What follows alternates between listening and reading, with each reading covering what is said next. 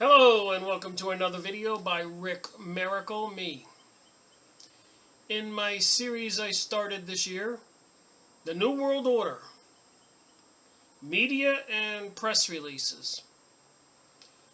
I thought I'd take a look at some documents and information that I have collected in 2016. Some of it's older information, but it's current for me. I find the different websites, or I investigate different issues. Like the two last videos I did in my Freemasonry and Satanism series, the Case for the UFOs by Morris Jessup. Apparently there's a lot of stuff going on behind the scenes.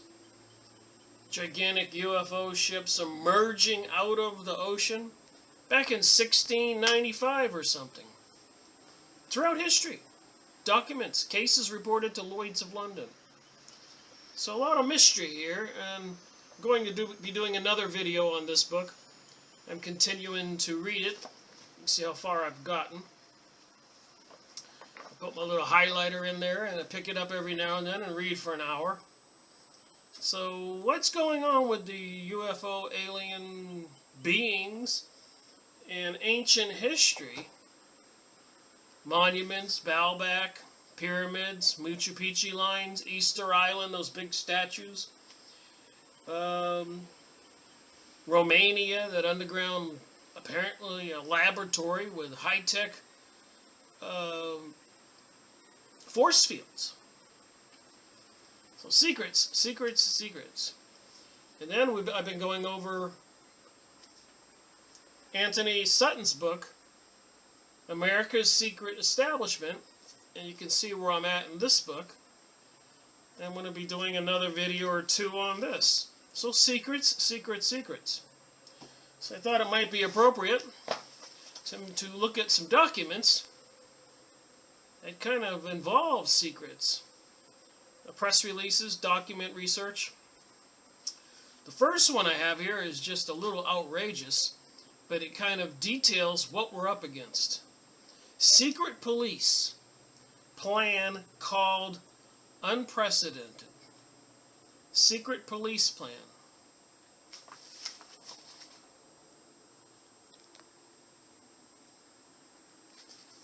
You can look these documents up by typing in the title. Officers could be effectively immunized from wrongdoing and able to act with impunity. Police officers will actually be immune from any kind of prosecution and will be able to act with impunity to do anything they want to any of us as they see fit.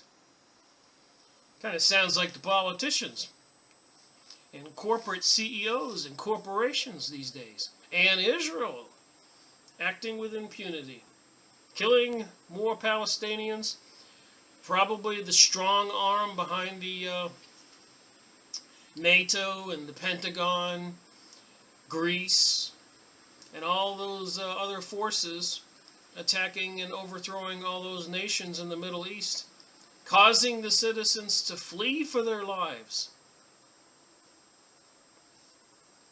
So right here, let me read this. This was published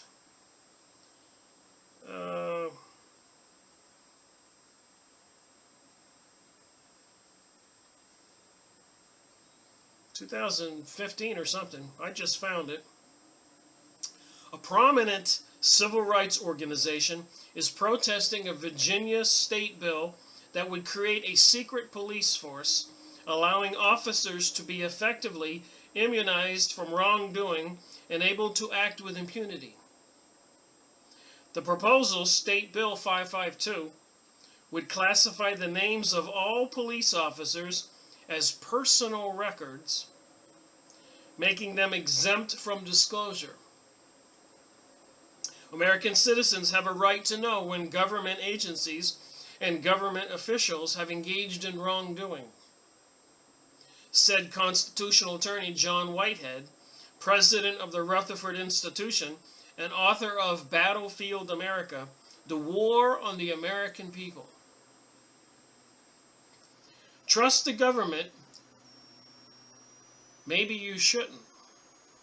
Read the details in Lies the Government Told You by Judge Andrew Napolitano.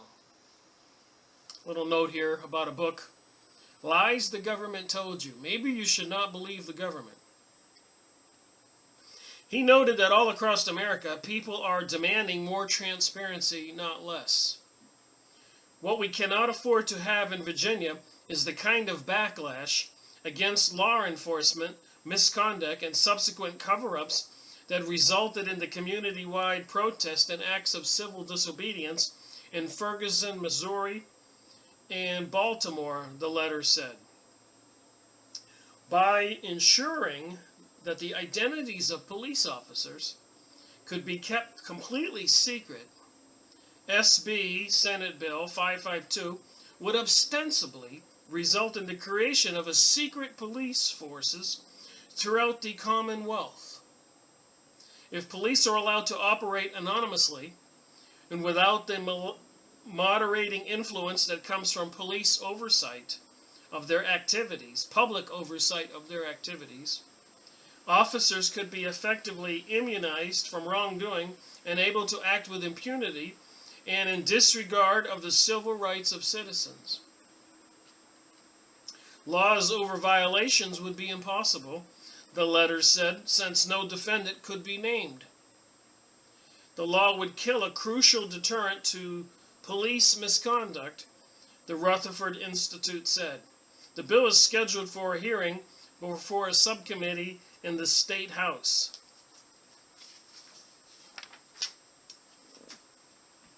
So we know they want to bring about the Hegelian philosophy, New Age, New World Order, which makes the state supreme. We know that in Professor Higger's book, The Jewish Utopia, that they say that they will rule the police and the state, and that they're have a higher IQ than the rest of us, or have souls and the rest of us don't, and that they're the aristocrats of the world. These so-called Jewish folks. Not all of them. So I'm trying to get to the bottom of this. Who's behind it all? And there have been Jewish people who said that they admitted that their god was Lucifer.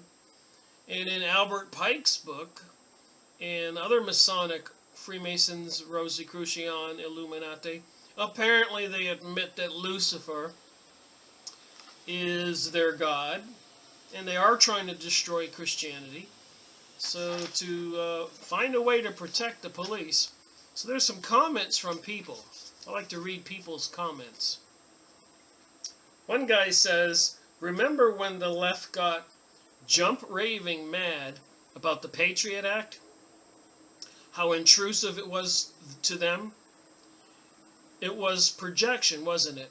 The left is a very, very, very dangerous group of fascist Nazis. Don't kid yourself. Wake up, America. Another comment says here, this is not unprecedented.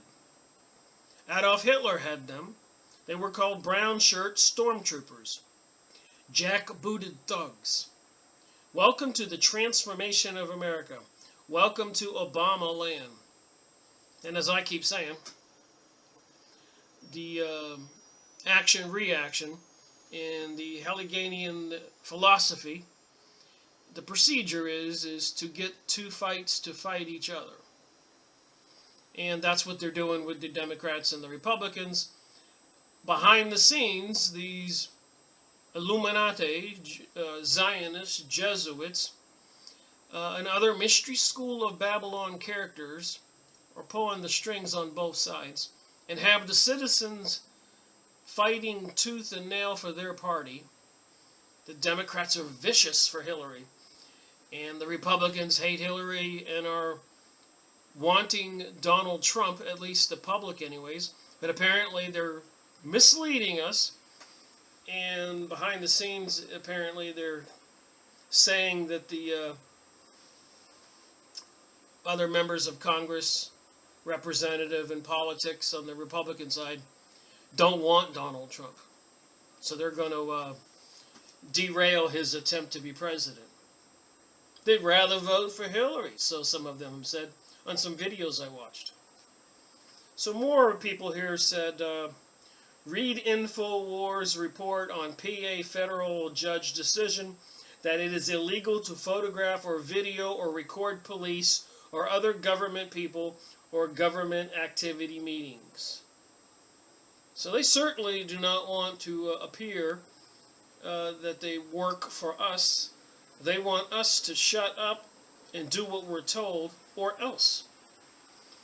And everybody should get it. It's not going to stop where it is today.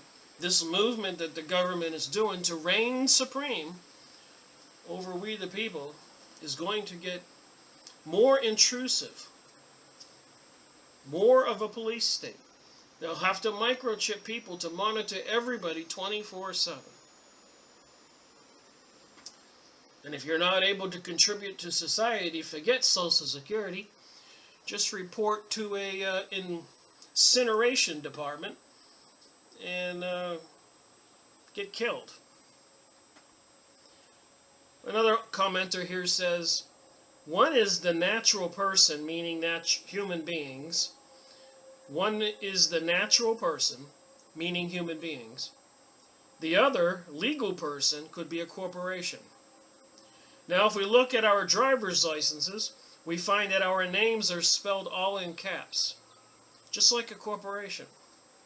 So in what context is our names used? As a natural person or a legal person? I'm sure it's to be a legal person made to answer to their corporate status.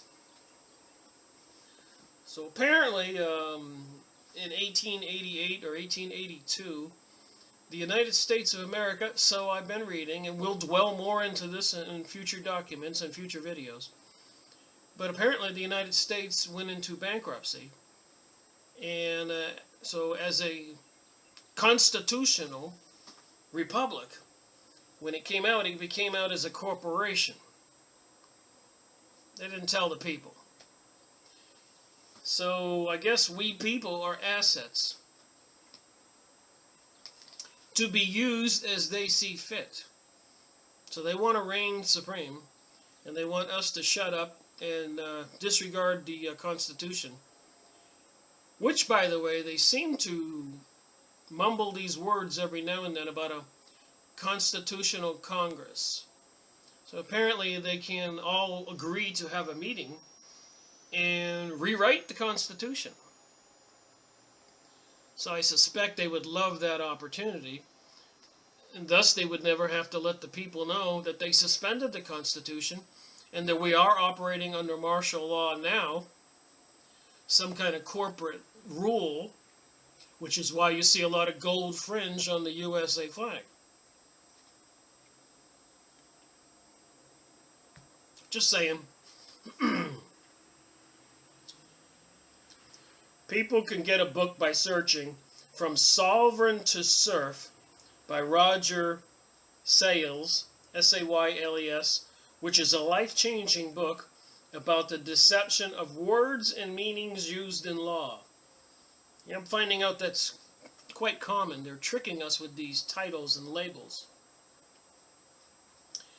And if they get caught doing some bad things, like Blackwater being the corporate military for the Bush administration, they got caught in some suspicious activities. And what do? They just change the name. Another commenter says, no one is above the law except Hillary. Don't they know that? If this passes, it will be open season on cops. Very bad idea. Then they really will be the enemy of the people. And that's been a concern of mine too. As they keep pushing and pushing and pushing, we the people, economically, legislative action to suppress our freedoms and our property rights, eventually ban weapons, and cause some kind of crisis so people have to report to a FEMA camp, and or take some kind of vaccine if they say there's some kind of plague out there. And people will have to voluntarily submit to their own doom and death. But if they keep pushing and pushing and pushing, eventually they have to know that the people will fight back. And this could explain why they're gearing up with all the FEMA camp, 450 million hollow point bullets, more gun control legislation, executive orders, and tons of other stuff. More monitoring of the people, cameras, microchipping, all kinds of security apparatuses. Even Jade Helm, where the computer software makes decisions on who gets targeted. It says here, another commenter says, violates the Constitution or Bill of Rights.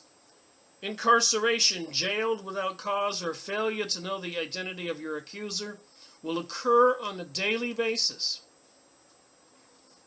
Is this the future? Should we wake up? Another commenter says, can't trust them with anything. Virginia will be the first state in the Union to have a newly organized Gestapo, i.e. Democrat politicians have their way. Another commenter says, it seems to me this has been done before in many failed collectivist states.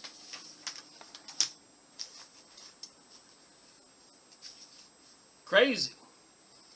So I found out a little bit of information, seeing that Jeb Bush was trying to be president, and even though he suspended his campaign, apparently is meeting with the other candidates except Donald Trump. So maybe they're going to plan some kind of Jeb Bush as VP or something. But he's putting his power and his money behind the scenes. So I thought it might be appropriate to take a look at the Bush family. So I saw some documents, I watch videos, I look things up. I don't just believe what I read and see. The activities at MENA is no myth. You can look this up.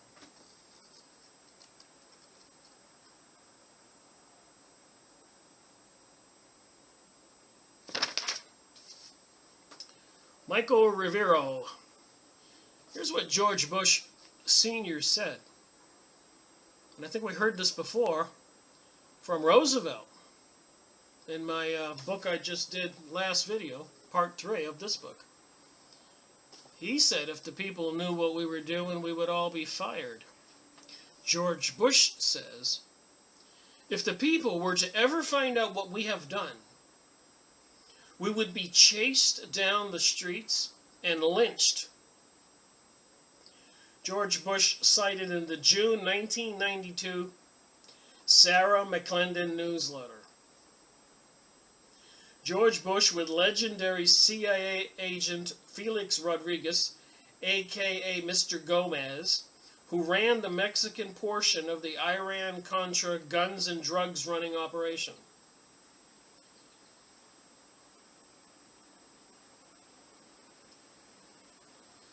So anyways, what does he say here?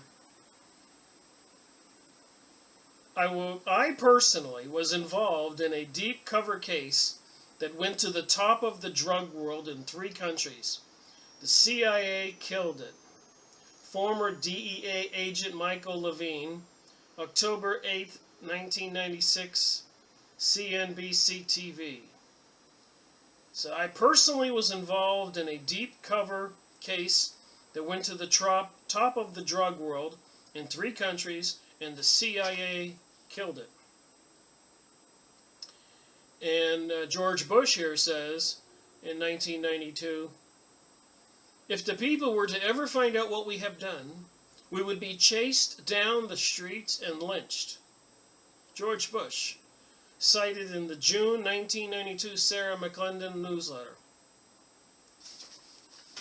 These are the people planning our future. All these things going on right now. The connections pile up quickly. Contra planes flew north to the U.S., loaded with cocaine, and then returned laden with cash, all under the protective umbrella of the United States government. When I pursued the case, my superiors quietly and firmly advised me to move on to other investigations. Former DEA agent Celerino Costello, and that was Powder Burns in 1992. This is serious stuff. The subcommittee found that the Contra drug links included involvement in narcotic trafficking by individuals associated with the Contra movement, participating of narcotic traffickers in Contra supply operations through business relationships with the Contra organizations, provisional of assistance to the Contras by narcotics traffickers, including cash, weapons, planes, pilots, air supply services, and other materials on a voluntary basis by the traffickers. Payments to drug traffickers by the U.S. Department of funds authorized by the Congress for humanitarian assistance to the Contras.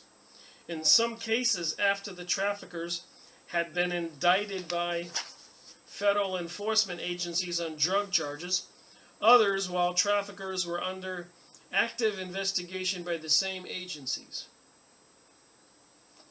So how many American people suffered from these drugs? Cocaine, etc. By these money-making games our politicians are playing. As George Bush said here, if we knew what he was doing and the rest of them, they would be chased down the streets and lynched.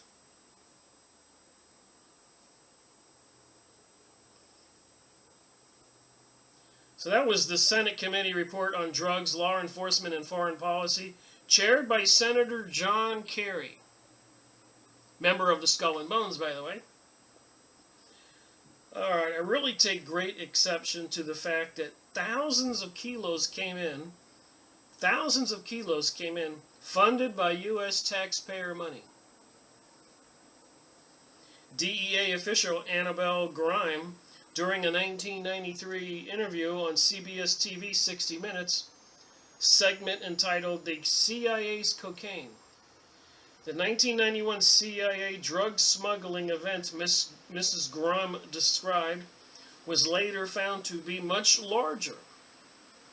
A Florida grand jury in the Wall Street Journal reported it to have involved as much as 22 tons of cocaine,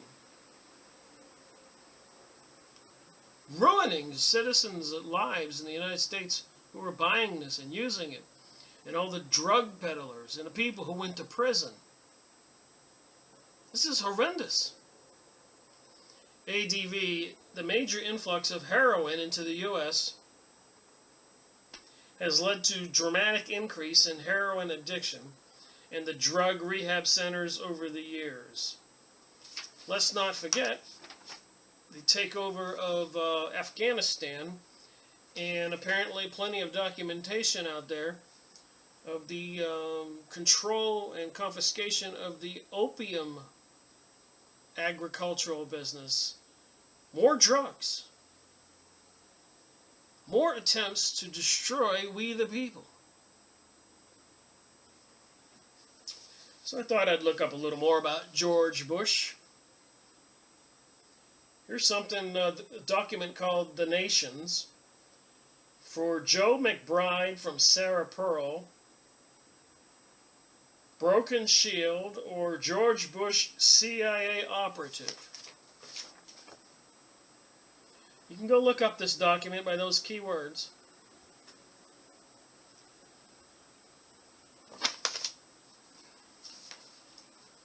Vice President George Bush's resume, in his most highly touted asset as a candidate, is his most highly touted asset as a candidate.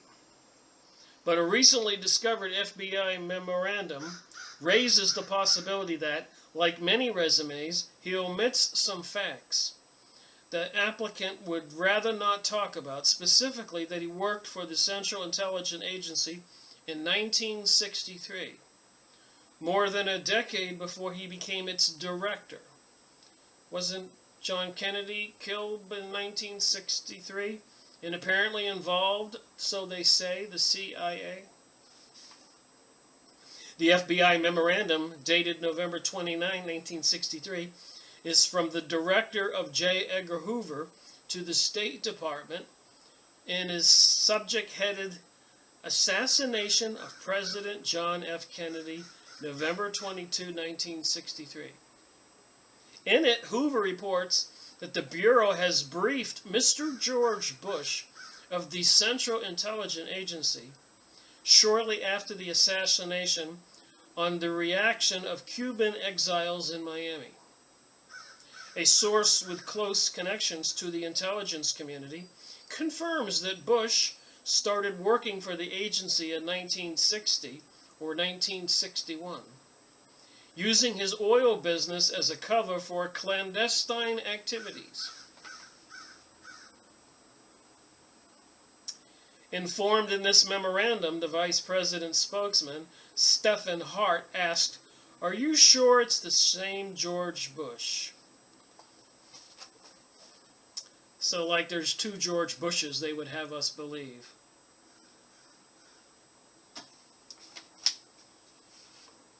Second page of that document here. Did you do any work for the CIA prior to the time you became its director? So they tried to ask George Bush this information. Now this guy wants to be the president of the United States, or vice president, and then his son wants to be president. And now Jeb Bush is involved.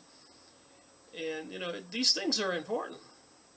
Did you receive a briefing by a member of the FBI on anti-Castro Cuban activities in the aftermath of the assassination of President Kennedy? To the third, he reported Bush's answer quoted above, but added that Bush had also said, "I don't have any idea of what he's talking about." However, when Bush's denial was read back to him, Hart said he preferred that it not be quoted directly, explaining, "It's a week old now, and I'm going off my notes."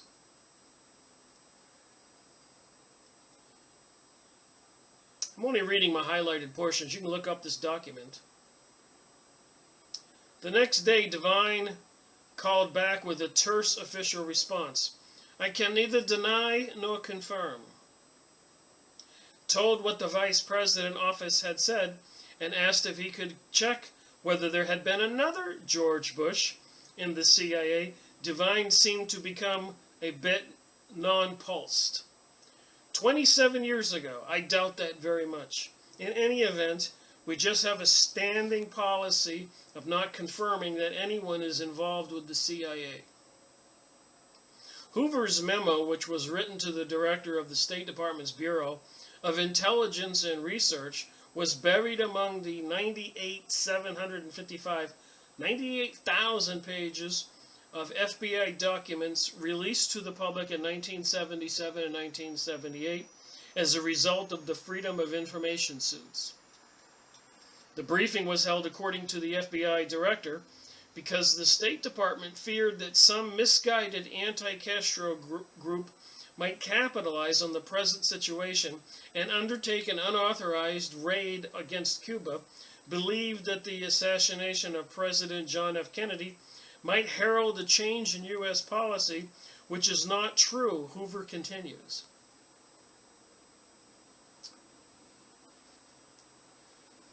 The substance of the foregoing information was orally furnished to Mr. George Bush of the Central Intelligence Agency. Vice President Bush's autobiography, Looking Forward, written with Victor Gold, Doubleday, 1987, is vague and to the point of being cryptic about his activities in the early 1960s. When he was running the Houston-based Zapata Offshore Company, running an offshore oil company, he writes, would mean days spent out and over water, not only the Gulf of Mexico, but oceans and seas the world over.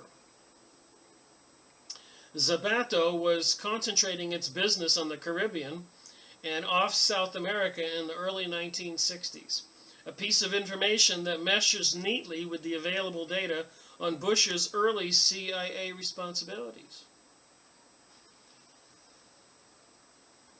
I knew he was involved in the suppression of things after the Kennedy assassination. I'm just reading my highlighted sentences here. You get the gist of the story here. All right. The firing of William Colby and the naming of Bush as director of Central Intelligence in 1975 was to complain that it was part of a pattern of attempts by President Gerald Ford, a former member of the Warren Committee, which whitewashed John Kennedy's death, to impede the Church's Committee nearly concluded investigation into CIA assassination plots with which Colby was cooperating, but which Ford was trying vainly to keep secret. It's like the 9/11 event. They fenced that all off and secretly shipped off all that steel to China to be melted. Somebody wanted to rid the evidence. Get rid of it. Bush's autobiography skips capriciously over the period of the early 1960s, easing back into coherence only when he makes his official entry into public life as chair of the Harris County, Texas Republican Party in 1963-1964. Runs unsuccessfully for the Senate in 1964 against Democratic incumbent Ralph Yarborough.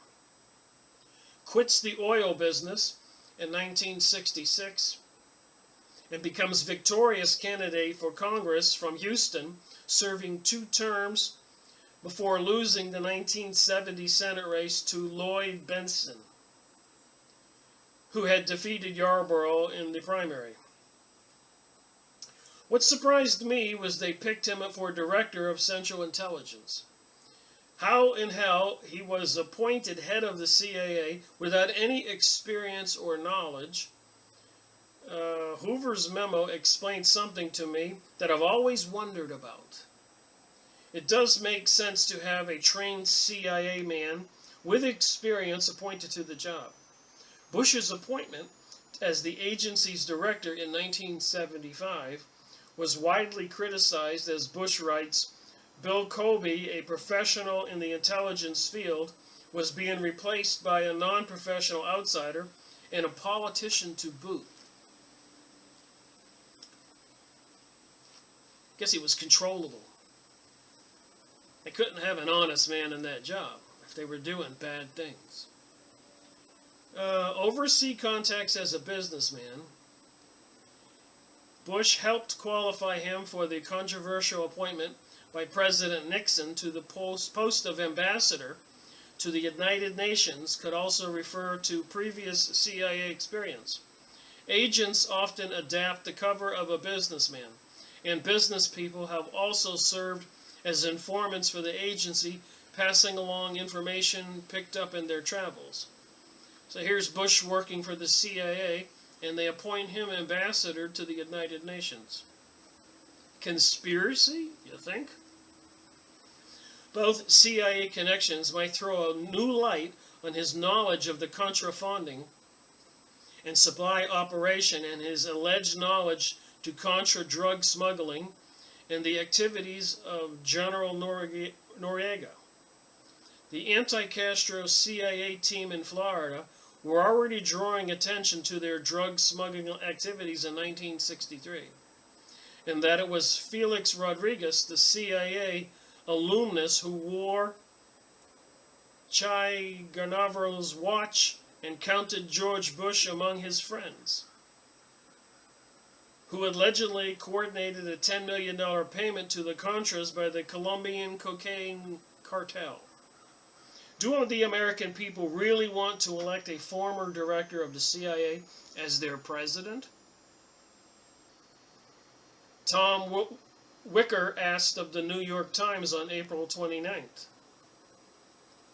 That's hardly been discussed so far, but it seems obvious that the CIA chief might well be privy to the kind of black secrets that could make him, as a public figure, subject to blackmail. Given the agency's worldwide reputation for covert intervention and political meddling, the CIA now, people smarter than me wrote this stuff. Moreover, one of the former directors of the White House certainly would be the object of suspicion and mistrust in numerous parts of the globe. And well he might be. It was characteristic of George Bush when he sworn in as Director of Central Intelligence, CIA, in 1976 to declare, "I am determined to protect those things that must be kept secret." Here we talk about secrets again. Remember, he was a bonesman, a death head. And remember, I'm doing this the case of UFOs. Not trying to mix things up here. But what are these activities happening around the world? Sightings of what objects? What does the government know? Who are they in bed with conspiring against we the people on this whole planet? Good questions? I think so. We can see the shenanigans going on. It doesn't end. Bush had absorbed the code of the CIA well, and he may feel that he is duty-bound to draw a veil of secrecy over his activities of the early 1960s. Remember, these are the times when those books were written. The report from Iron Mountain. A lot of UFO books were written back then. Supposedly, they say we went to the moon, but apparently that was all faked. And they wrote those books about overpopulation and depopulating the planet. A lot of crazy stuff was going on in the 60s. And we had the hippie movement and all the drugs. And over there in Europe, England, it was called festivals. So they were intentionally, again, steering the people down a path to their doom, thinking they were fighting for love and freedom. And these forces behind the scenes were plotting and planning. As the books and material I've gone over, and as more material I have to go over, will continue to disclose. According to the pattern I'm going through here, if the man that would be president has a long-standing history of involvement in covert activities, then the people are entitled to know about it. The claims of the national security pale beside the overriding national interest of the truth. So they have this memo here from J. Edgar Hoover. Assassination of John F. Kennedy. You need to look this up and read it for yourself.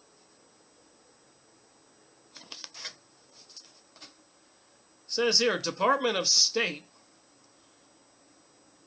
feels some misguided anti-Castro group might capitalize on the present situation and undertake an unauthorized raid against Cuba, believing that the assassination of John Kennedy might herald a change in the U.S. policy, which is not true. And the substance of the foregoing information was orally furnished to Mr. George Bush of the Central Intelligence Agency, 1963, November 22nd. The President John Edgar Hoover, Director on the assassination of President John Kennedy, sent this to George Bush. So just some more mysterious stuff going in behind the scenes. I found this other document. You can see I printed it out in 2016.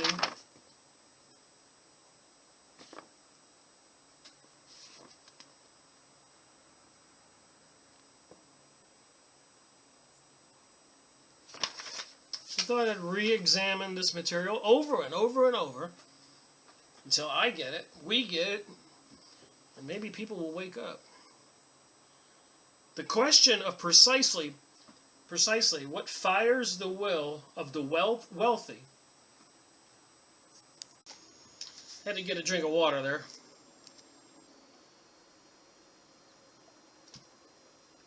So the question of precisely what fires the will of the wealthy, supernatural elites seeking to manipulate and control world events has not escaped the attention of serious students of the conspiracies and cover-ups.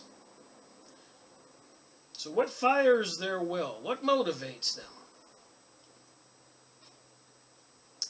A theory that a conspiracy has been working consciously for many centuries is not very plausible unless one attributes to them a religious unity.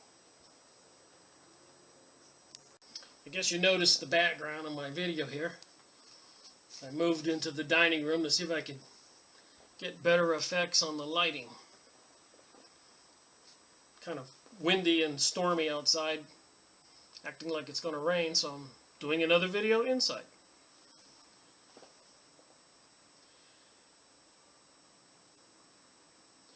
That is tantamount to regarding them as Satanists, engaged in the worship and service of supernatural evil. Supernatural evil. The directors of the conspiracy must see or otherwise directly perceive manifestations which convince them of the existence and the power of Lucifer. And since subtle conspirators must be very shrewd men, not likely to be deceived by autosuggestion, hypnosis, or drugs, we should have to conclude that they probably are in contact with a force of pure evil. So you see why I'm tying these things together, connecting the dots. The Death Head, America's secret establishment, and Morris Jessup's The Case for the UFO, and the comments by some kind of intelligent persons or beings editing his book, making notations about things that have happened that were reported in newspapers, seen by many people, documented in journals, that just are too mysterious to explain. So it tells us that there are some beings operating on planet Earth besides us. And are they in cahoots with our politicians? And now, of course, the first document I started this video, they want to give the police immunity. And then we have people like George Bush seemingly involved closer than one people would think with the Kennedy assassination. And then he's appointed head of the CIA. And then, of course, once you're in the know, you get to be president. So anyways, I thought I'd look at this little document here. Secret Societies, The New World Order by Milton William Cooper. A couple books or things you should look up. Conspirators, Theories in Their Own Words. So we got 23 pages here. I think I'll just take a little time and talk about them. The great strength of our order lies in its concealment. Let it never appear in any place in its own name, but always concealed by another name and another occupation. None is fitter than the lower degrees of Freemasonry. The public is accustomed to it, expects little from it, and therefore takes little notice of it. Next to this, the form of a learned or literary society is best suited for our purpose.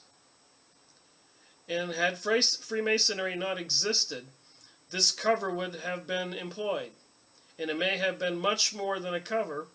It may be a powerful engine in our hands, A literary society is the most proper form for the introduction of our order in any state where we are yet strangers. Quoted from John Robinson's Proofs of a Conspiracy, 1798, reprinted by Westing Islands, Boston, 1967. Thought I'd just take a couple moments and talk about a couple books. Dungeon, Fire, and Sword. I mentioned this a lot in my videos. You can see I've read it. But it talks about, and John Robinson, as you can see on the bottom here, was a well-established author, much smarter guy than I. Spent a good portion of his life learning this stuff. I'll just be brief about it because it does pertain to this material I'm going over. But from 1000 to 1300 AD, 300 years, there were 8 crusades. And it was all about wealth and power. Make no mistake. Apparently the elites get bored when they don't have somebody to kill. So 8 times they marched off towards Jerusalem, north of the Mediterranean, through Greece and those territories, Bosnia, all that, Turkey, pillaging and killing along the way for supplies. You know, the citizens rounded up from the kingdoms of Germany, France, Spain, Italy, etc. And when they got to Palestine, 300 years now, 1000 to 1300, from the north coming down along the coast, they would attack the castles. And when they finally gained entrance to the castles, they slaughtered everybody. None were left alive, knee-deep in blood, killing the Middle Easterners, the Arabs, of many different religions and races of people. It was all for the wealth. And a lot of the Arabs or natives would swallow a gold coin if they had one, so that to save it. So the procedure was to take a knife and gut the people, children, men, women, everybody, to see if they had swallowed a gold coin. So they would eventually take control of the coastline and the major cities in the land of Canaan, Palestine. And years would go by, 10, 20 years, and some Arab leader would rise up and come from the north or somewhere and attack all the castles and kill all the pilgrims that the Pope had sent and the kings had sent, the Crusaders. The elites would hop on a ship. Remember, this is oceanfront property there in the Mediterranean, and sail safely home. The elites are always okay. And then when a city was overtaken, the elites that were captive would be ransomed, but all the common people would be slaughtered. They weren't worth anything. 8 times. And what is interesting is whoever happened to be in power in Palestine at the time, the Shiites or the Sunnis, the Crusaders would align themselves with the opposite party. So if the Shiites were in control, they would tell the Sunnis, join us when we overthrow all these castles. We'll put you in charge. So the Sunnis would join them. And maybe the next crusade, the Sunnis would be in charge of the area, and the Shiites would be offered a deal. And apparently the Shiites and Sunnis have been at each other's throat for a long time. Similarly to the Catholic Church and the Orthodox Christians, where the Catholic Church, the Pope is the leader, and the Orthodox Christians, who didn't want the Pope to be the leader, over in Constantine area, had their own religion where they wanted to select their own leader. And it's the same thing with the Shiites and Sunnis. One group wants to have only the descendants of Muhammad as leaders, and the other group wants to pick their own leaders. So my point is that for 300 years, 8 times, to get all the wealth, the Arabs were slaughtered, and kingdoms and castles were taken, wealth, gold, everything. It was a good business for 300 years. And apparently it's good business today. But my point again is also, get this book if you want to read the whole story and all the gruesome details. And another John Robinson book here I have. Born in Blood, obviously about the Freemasons. John Robinson. I'm just going to read one little portion here, kind of make a point. Chapter 10. I highlighted a couple things. I read this a long time ago, but it does tell a little bit of a story. For his part, Edward II was happy to have his stern old father out of his life, because the young king was in love, not with the Princess Isabella of France, to whom his father had arranged his betrothal, but with the handsome young man named Piers Gaveston, a poor knight from Gascony. So the young prince wasn't in love with the princess that he was supposed to marry. He was in love with a handsome young man. And so the king found this deplorable and ran the knight off. But after the king's death, here's what happens. Now as king, young Edward II could do as he liked. His first official act as monarch was to call back his lover to the English court, where he was compensated for his discomfort in his brief exile as being made Earl of Cornwall. Strange. This kind of people we're dealing with. And again, I like to just point out a lot of people don't know what to think about conspiracy theories, the Illuminati. But I keep mentioning this book, so I thought we'd just show it. Illuminati. The cult that hijacked the world. The cult. Written by PhD, Jewish author, Henry Makow.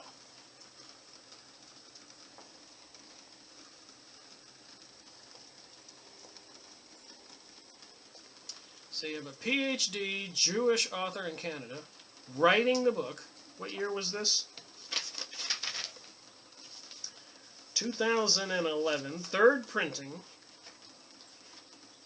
Tells all. If anybody doubts the things that my videos are disclosing, the books I've read, the documents, the videos, the press releases, please go get this book. And don't call me or anybody else anti-Semitic. This is a PhD Jewish man, well-known author who wrote this book. And then, of course, there's Rabbi Marvin Antelman, The Cult to Eliminate the Opate. Mixing my words. So anyways, we get back to this document I'm looking at. All this has a purpose here I'm doing. Secret societies.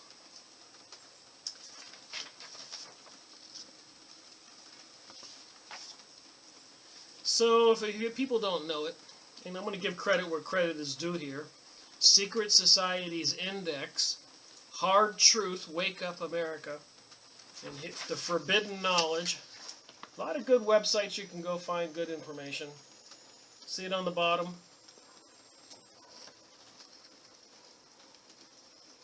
Title on the top. And as you can see there, Washington, D.C. has a lot of interesting street designs. You can see this one here looks like an owl on the top in that picture.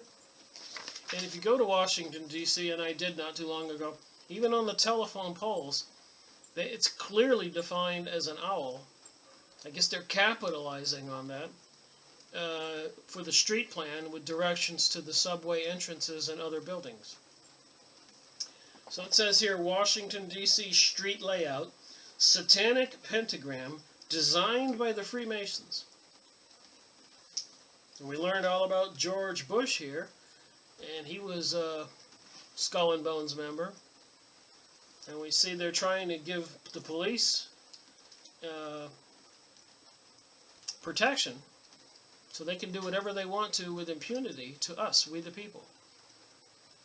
They're going to, it appears to me, cause more economic destruction and more chaos and anarchy between whites and blacks, rich and poor, and trying to get the Americans to hate the Arabs while they're slaughtering the Arabs, and so much more. Is America Babylon? According to occultists, satanic doctrine, the upper 4 points of the goat's head left represent the 4 elements of the world: fire, water, earth, and air. The bottom 5th points represents the spirit of Lucifer.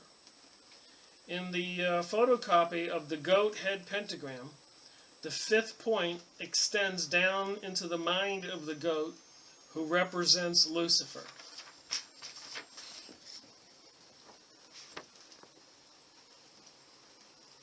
So the top 4 points are earth, water, air, and fire. And the 5th point pointing down goes right into the goat's head. The mind of Lucifer.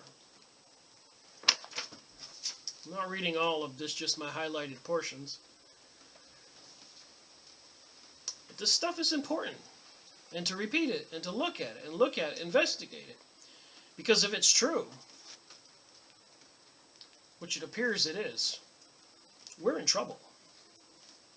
Alright, here's something interesting. I guess we've all seen a Shriner.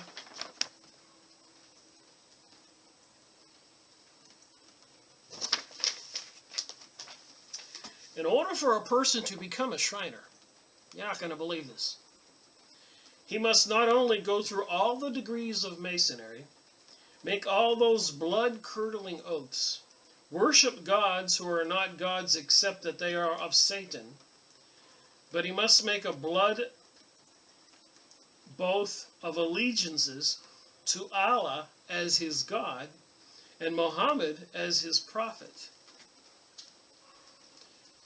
So the Shiites and Sunnis, I think it's the Sunnis. I gotta look it up and see which one it is. It's in Joan Robinson's book there. Which ones are the descendants of Muhammad as their leader? Is that the Shiites or the Sunnis? And the other ones who want to be free to make their own decisions, is that the Shiites or the Sunni? One is the other. But I suspect here, to be a Shriner, you have to make your bow down to Allah. The Shriner is then given a red fez, this is this hat, with the Islamic sword and crescent jewel on the front of it.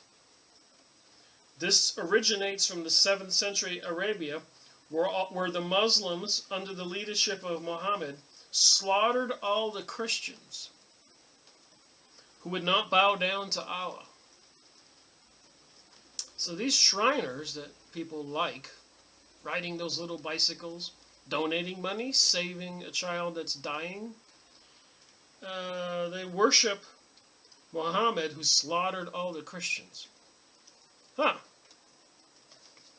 Now when Muhammad's army of men, out to slaughter all the infidels, came to the city of Fez in Morocco, they found a community of Christians. After killing all the Christians with their Islamic-style swords, they took their hats called a fez and dipped them in the blood of the Christians and wore the fezes throughout the land, glorifying their victory over Christianity. Today, Shriners put on red fezes, representing the hats dipped in the blood of Christians, with the Islamic sword and crescent showing their allegiance to Allah and Muhammad, and the defeat of Christianity, men in obscene red fezes.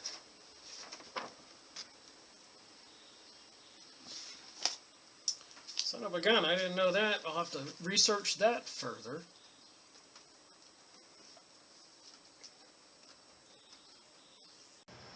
Alright, continuing on. It's sunny today, so I'm outside. Secret Society's Index, Hard Truth, Wake Up America. The Forbidden Knowledge.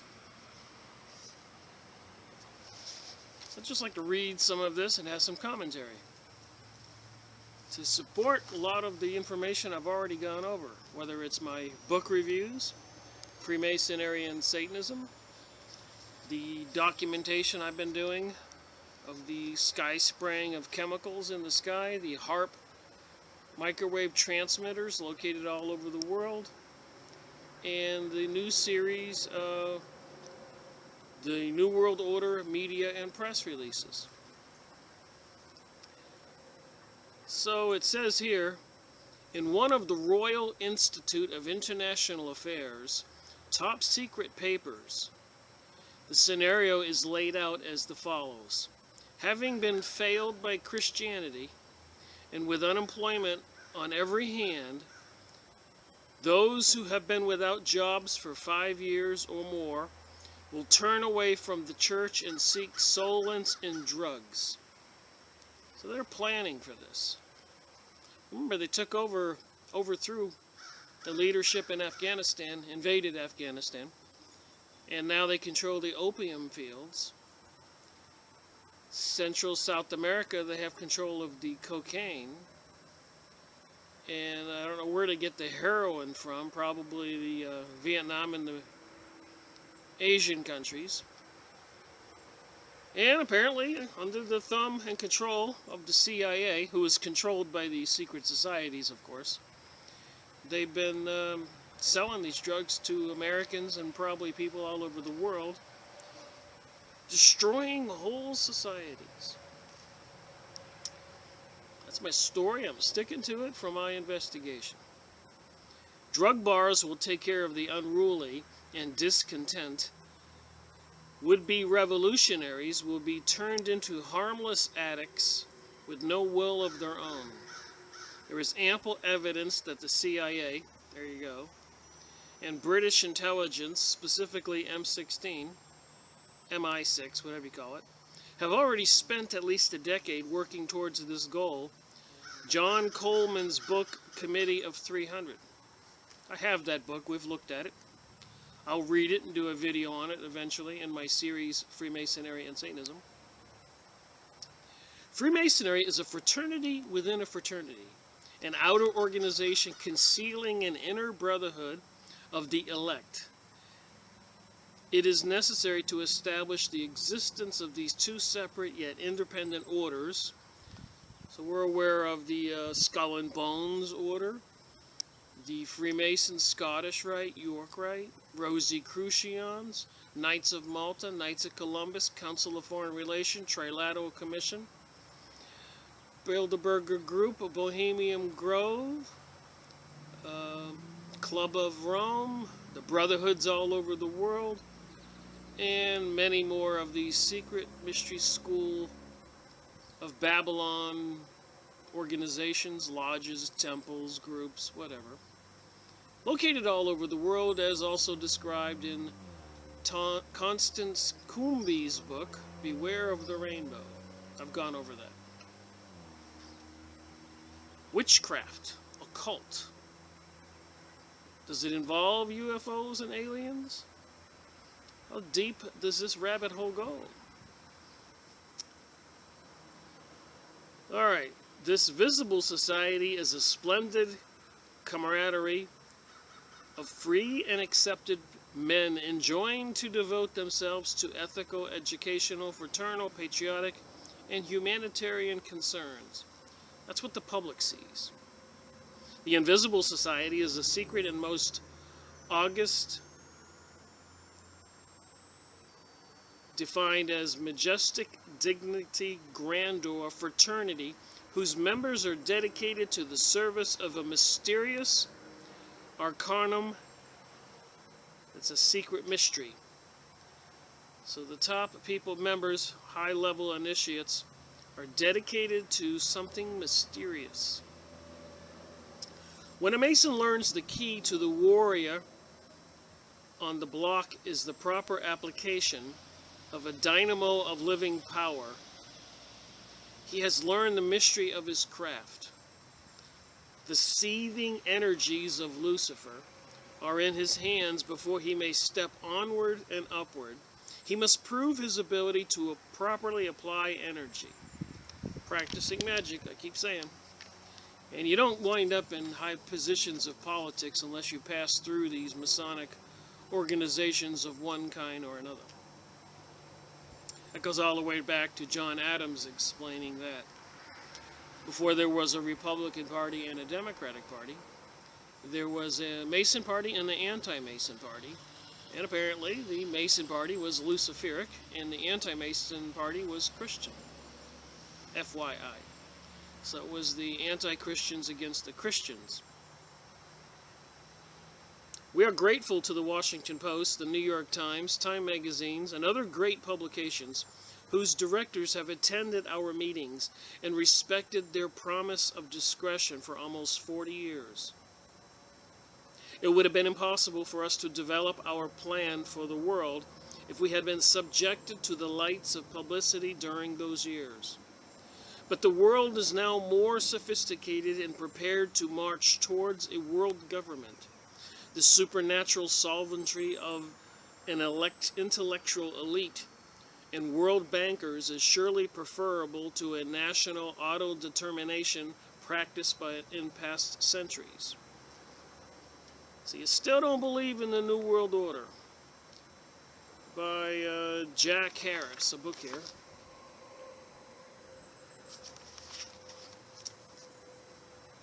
Ever wonder why Freemasonry meetings and gatherings are in total secrecy? Did you know that their rituals dishonor the person and work of Jesus Christ and give glory to the Prince of Darkness? The Masonic Lodge is Satan's dark room for developing negatives in the hearts and minds of the lost and unenlightened. As a former worshipful master of a Masonic Lodge, I am compelled to share and tell the absolute truth as my God would have me do. Jack Harris. There is a power so organized, so subtle, so complete, so pervasive, that they had better not speak above their breath when they speak in condemnation of it. President Woodrow Wilson. When we consider the modern Illuminized Masonry is merely an extension of ancient Baal worship and religion, even down to the worship of the phallic obelisk, such as those in ancient Babylon, Egypt, Rome, and elsewhere. So those obelisks you see in your downtown city squares, the Washington Monument, the one in front of the Vatican, the god was Baal, B-A-A-L. Another word for Lucifer, Satan, Moloch, Ra. This was the ancient religion, which represented Baal or Nimrod, the king of Babylon, the builder of the Tower of Babel. They were trying to build a big tower so they could reach the heavens. Then, considering this is too much to suggest that this modern covert space program might be in part the last days Tower of Babel to the stars. So they tried to build a tower to the stars, and God destroyed that. Now apparently they're using the space program to try to get to the stars, if there are any stars to get to. And that's another conversation. I don't think they can get off planet Earth through the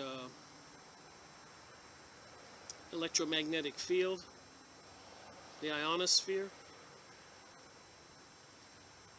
And then there's that electromagnetic field beyond that. I don't recall the name, I'll think of it.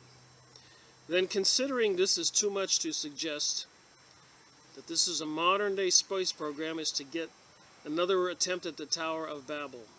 Believe it or not, the modern Illuminati influence has infiltrated the capital city to such a degree in the early beginnings of the American Republic that they not only placed the Pentagon into the Washington, D.C. street plan.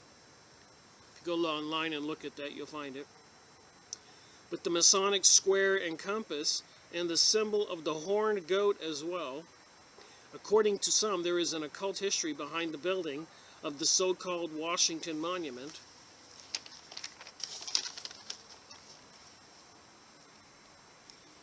Is it any coincidence that the monument is shaped exactly like the sun god phallic obelisk of Rome, Egypt, and Babylon?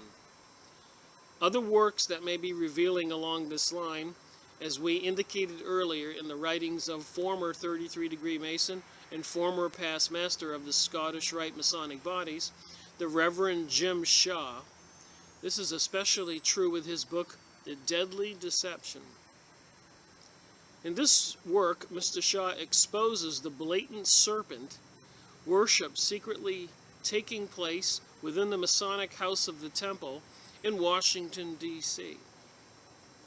Mix this with the accounts of the Masonic street outlays built into Washington, D.C. itself, and accounts of tunnels beneath the city, which connect many of the important federal buildings, which allegedly extend to the extreme depths and distances, then you have a recipe for something very strange and sinister which is undermining our nation's capital. I guess the book is The Cosmic Grand Deception. Former Joint Chiefs of Staff General details New World Order taking over America. You can look up this video. And you'll see this symbol everywhere with the circle and the wings. I'm watching TV programs these days and I can see the symbols behind the actors everywhere. And they have secret handshakes we're all aware of. Destruction of the trade centers, occult symbolism indicates enemies within our own government, United States presidents and Masonic power structure,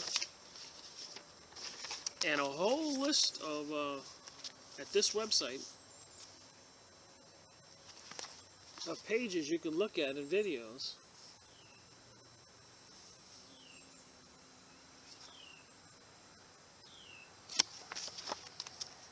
If you want to know what's going on, go find this document. Well, it's another whole page. Look at the titles. The Georgia Guidestones, the Illuminati Satanic Bloodlines. If anybody has any doubt.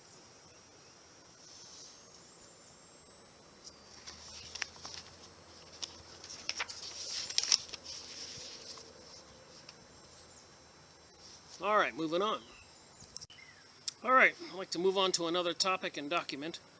Then I'll go back to that other one on the Secret Societies Index. This is also at the Forbidden Symbols. The other one was ForbiddenKnowledge.com, and this is ForbiddenSymbols.com. And they're talking about the fish, the pentagram, and the black sun. Signs and symbols of cults, gangs, secret societies.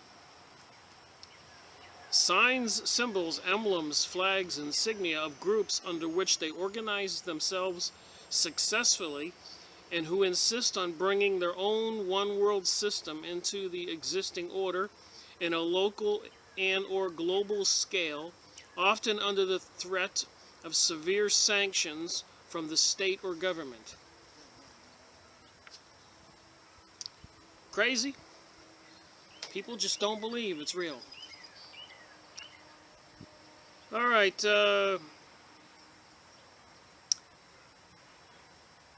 29-year-old LulzSec hacker speaks on hacktivism. So 29-year-old jailed, was a hacker. New KK group, race, religion, and sexual orientation unimportant. So the new KKK says race, religion, and sexual orientation unimportant. Origins of the heart symbol, a Roman contraceptive. Hacker, hoax, whistleblower, spy, telecomics. Alright, similar symbols here. United Liberation Front of Assam. National Movement for... not quite sure. Golden Dawn.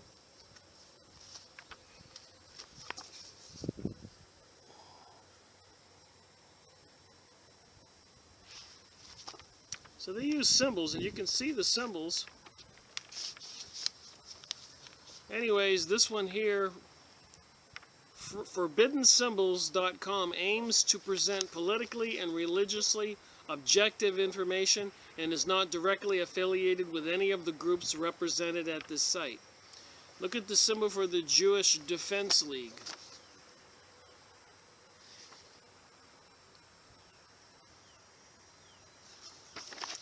That looks slightly communist.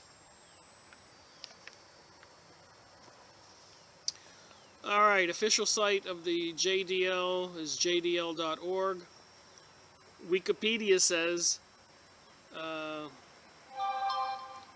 the Jewish Defense League is a Jewish far-right religious political organization in the United States whose stated goal is to protect Jews from anti-Semitism by whatever means necessary.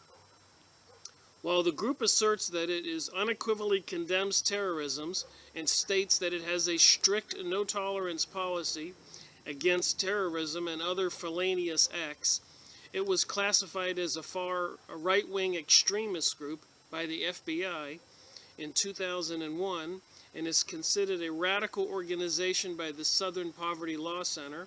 According to the FBI and JDL, the JDL has been involved in plotting and executing acts of terrorism in the United States. So the Jewish Defense League, according to the FBI, is involved in and plotting and executing acts of terrorism in the United States.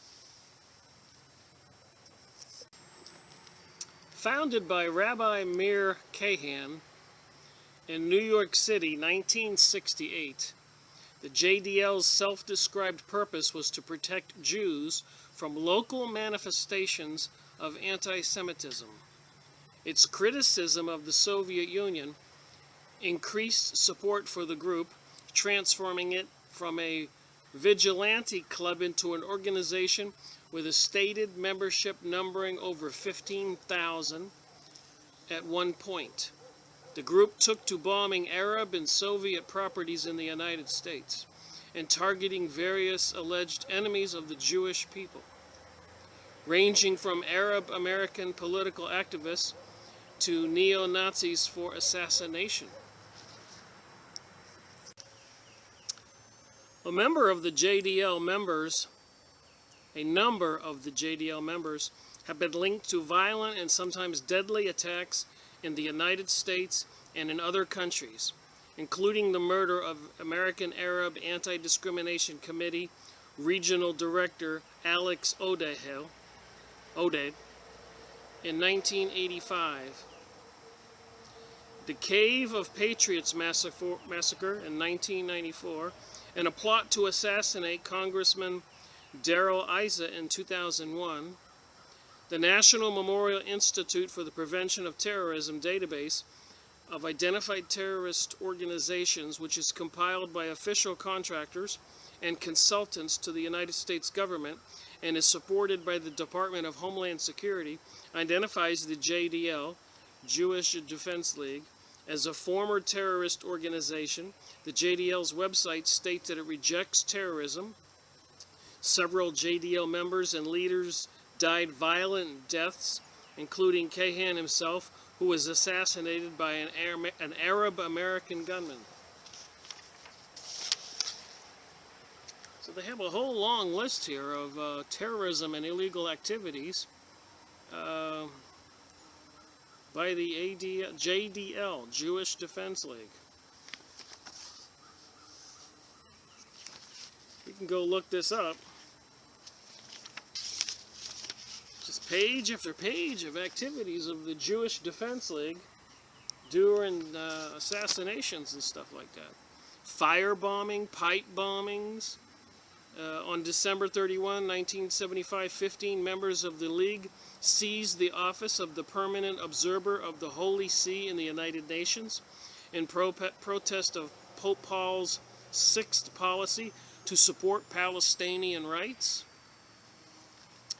On October 11, 1985, Alex Odeh, Regional Director of the American Arab Anti-Discrimination Committee, was killed in a mail bombing at his office in Santa Ana, California. So I guess if you talk about this, you must be anti-Semitic when you're doing your research and you come across this stuff. So there was several more pages there, I just flipped them back.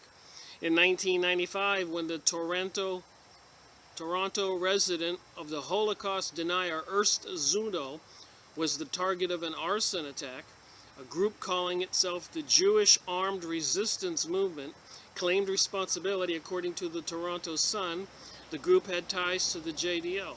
Just a whole page of these activities of these people doing these horrible things.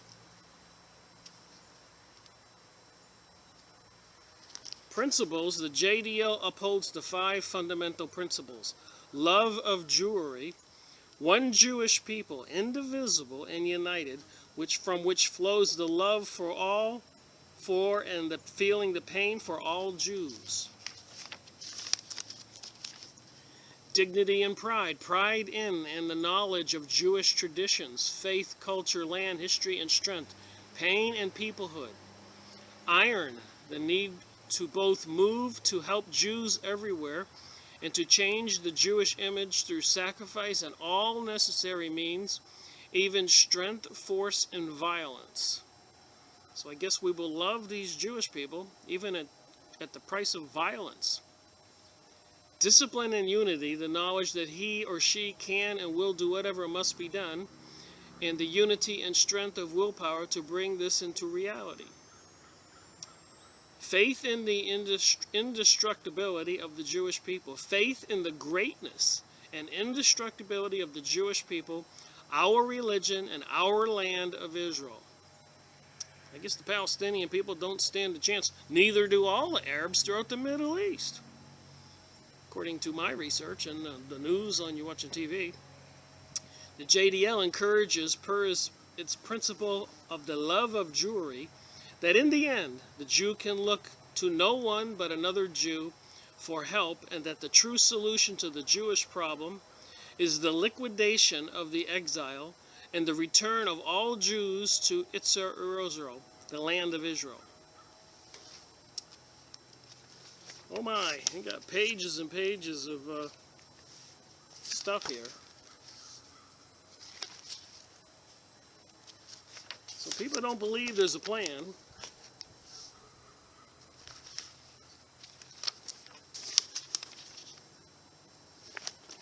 Pages and pages.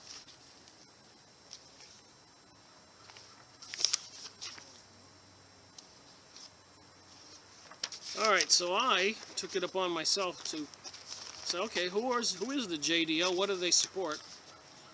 So ADL, the Anti-Jewish Defense League, supports gun control. The Jewish Defense League, the JDL. So I typed in ADL supports gun control on Yahoo search. I got 36 million results. Press release, ADL reaffirms support for gun control initiatives. So these people who control our politicians and the bank systems and call people who, I guess, do a search and come up with these numbers anti-Semitic, which I do not believe I'm anti-Semitic. Most of what I've learned, when I started this investigation, I had no idea which direction it would take me. Like everybody else, I would tell people who said anti-Jewish things to shut up. That I didn't believe in being prejudiced, and I still don't. But as much as we all love freedom, I draw the line at witchcraft and sacrificing people.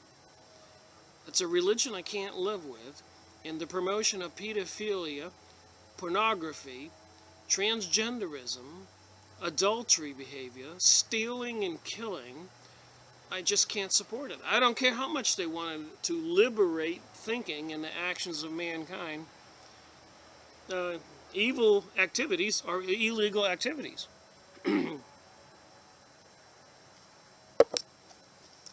So 36 million results when I typed in ADL supports gun control. So that tells me that they want to disarm the American people.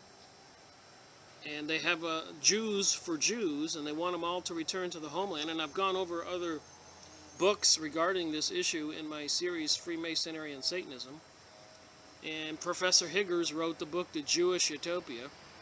And in it, he describes what they're going to do to the non-Jews. The Talmud says that they're going to, all the best of the Goyim, that's what they call non-Jews, shall be killed. And Benjamin Netanyahu in Fink's Bar, look this stuff up, says that they hate America and they're going to make us regret not wanting to be their slaves. Prime Minister of Israel, Mr. Sharon, said that we control America, and the Americans know it. So they have controlled our politicians. And a lot of this, I think, is through the secret mystery schools of Babylon, all these secret societies. So if you look behind the curtain, like the Wizard of Oz, you're going to find these Lucifer-worshipping entities.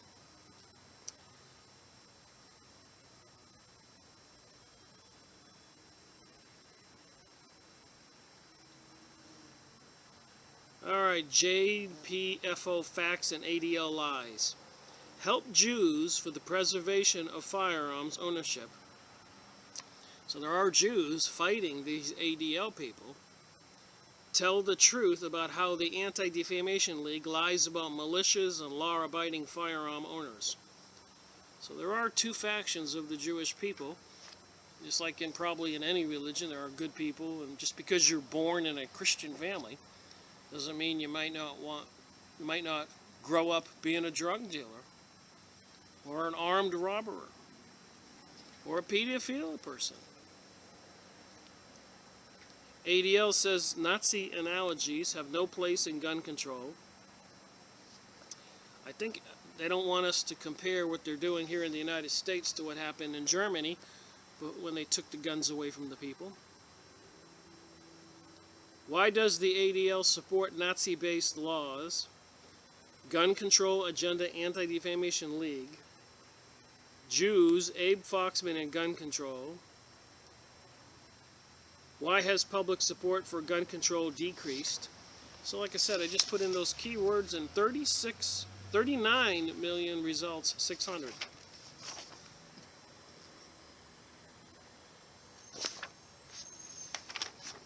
So I didn't stop there. ADL supports gay marriage.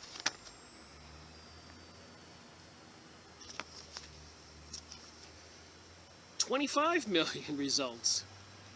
ADL and the LGBT community, a commitment to equal rights. So when they want to disarm us and then they want to force this perverted sexual reality on us all. No wonder they want to disarm us, because a lot of good people, Christian people and other people, will resist this. They want to force a satanic religion on the rest of us. What is Marriage Equality Anti-Defamation League? The NAACP endorses gay marriage. Would Ronald Reagan support gay marriage? Record support for gay marriage. So they've been doing a lot of propaganda, if you've been watching my videos, billions of dollars, organized out of the United Nations and spread through magazines and other publications, TV programs, radio shows, billboards, movies, etc., etc., etc., for the last 20 years, to take the approval rating from way down here to inching it a little bit every year. They call it re-educating the people. It's mind control is what I call it. So 25 million results of the ADL, Anti-Defense League, supporting gay marriage and supporting taking our guns away, and it gets worse. ADL supports hate speech laws. So let's say you don't want to approve of having your son taught homosexuality in grade school, junior high, and you voice your opinion. Well, the ADL wants there to be hate speech laws in the U.S. Continue confronting hate speech online, ADL. How many results for this one?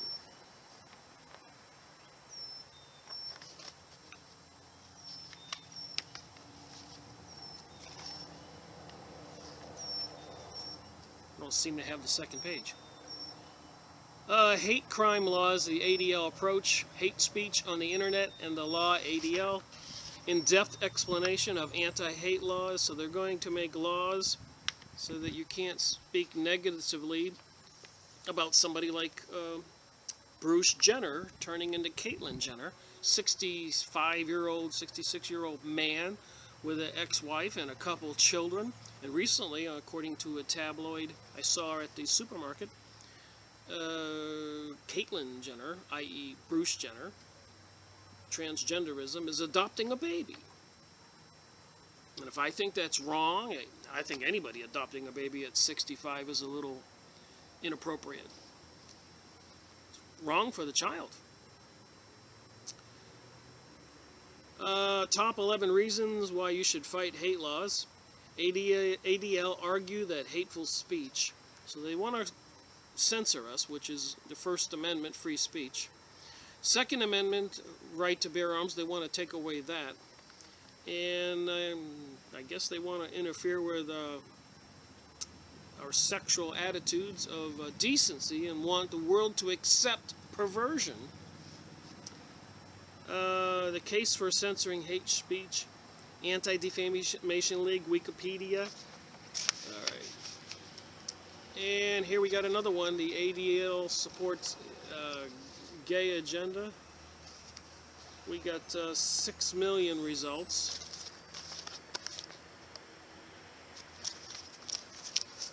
Obama's homosexual agenda. U.S. jury supports Obama's homosexual agenda. ADL with their intensive gay pride early childhood education programs in public schools. Judaism and homosexuality. Why does the ADL support Judaism and homosexuality? Why does the ADL support homosexuality? Pro-gay GCB reflects liberal Jewish agenda. Pro-gay GCB reflects liberal Jewish agenda. The Jewish community at large supports abortion. ADL's pro-homosexual influences can be seen in California. Companies supporting the gay agenda tell Mission America, tell them what you think or give them a call. Tell them why you don't support their pro-homosexual policies. The gay agenda, men and lesbians should marry one another. If you don't like it, seek therapy. I support your right to say whatever misguided thing. Walmart uses corporate dollars to promote gay agenda. Judaism and homosexuality, the marriage made in hell. Anti-Defamation League, support ADL's. So this is all orchestrated, 6 million results. They're trying to bring about this new world order. And one of those programs they're doing is with the Agenda 21. I get these newsletters from Tom DeWeese all the time. You can go on his website, American Policy Center. And it says here, hello, Rick, where my finger is.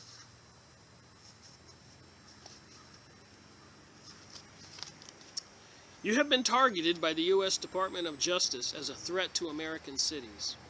That's because Attorney General Loretta Lynch says you are an extremist.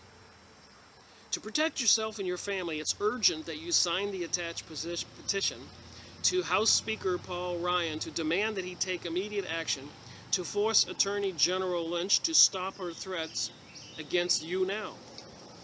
Here are the facts. In September 2015, at the United Nations, I said this is all coming out of there, Attorney General Lynch announced that the United States is going to implement a new program called Strong Cities Network. You gotta love these names. This program is one of the most powerful and frightening threats to American freedom ever conceived. In fact, I believe the enforcement of the Strong Cities Network is high treason to the Constitution of the United States.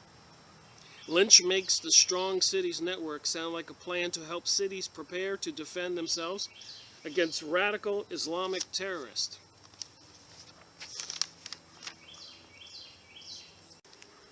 Moving on. She said the Strong Cities Network is a plan for cities to join hands with others around the world to assure extremism is kept in check. Remember when I started this video, Virginia's trying to pass a law to protect the police and to give them the ability to do whatever they want. What did they call it?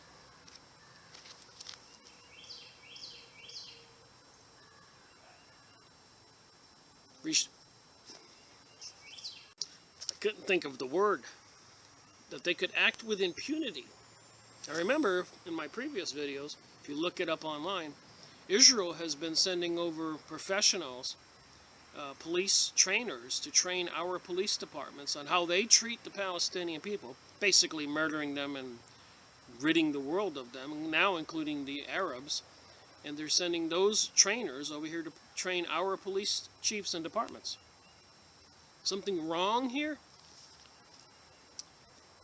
And I believe the Zionist, Jewish, and other secret mystery schools of Babylon groups, Masons, Illuminati, banksters, elitists like Bill Gates and Ted Turner and so many more, Obama, Clinton, Bush's, probably Cruz, Bernie, all these people in politics wouldn't be where they are if they weren't in cahoots with these people.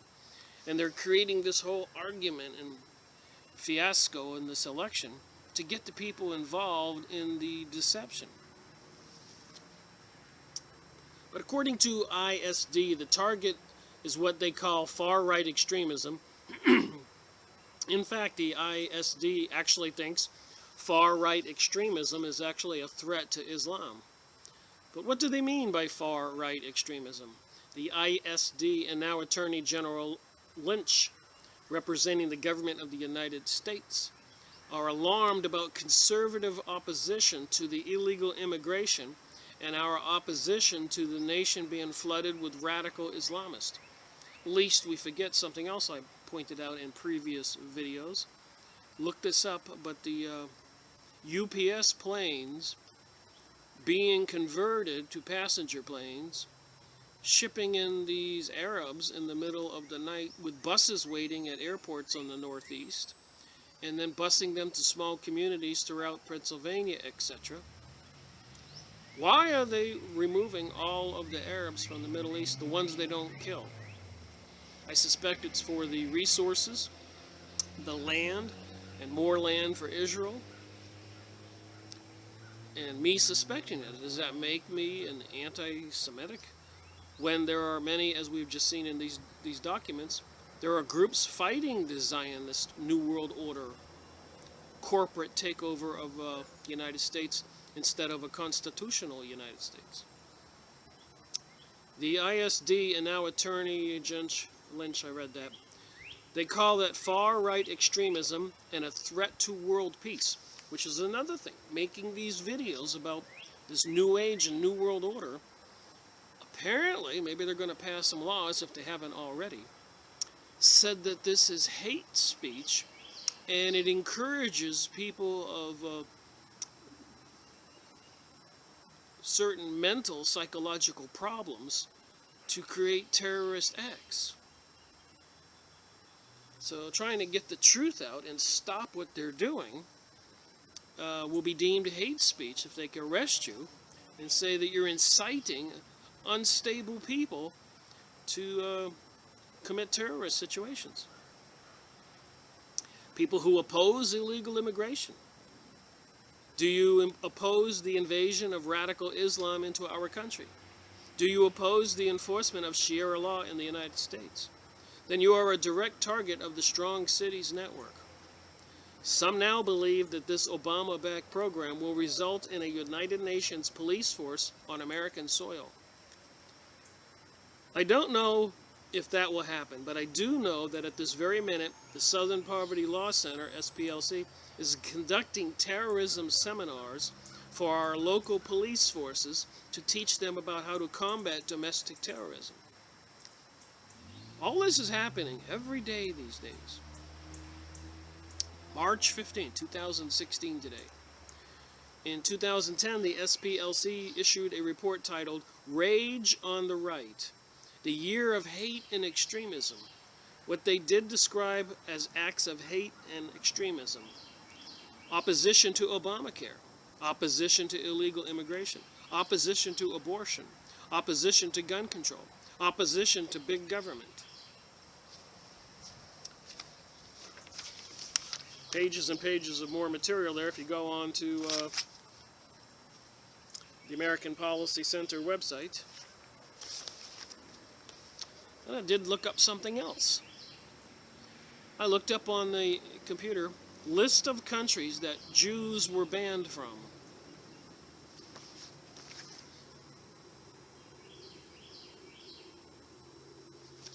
I watch videos and I take notes. I don't believe what I see. And so I thought I would look that up, those keywords, and apparently there are 55 million results. Why Jews were banned from 79 different countries throughout history. List of banned films.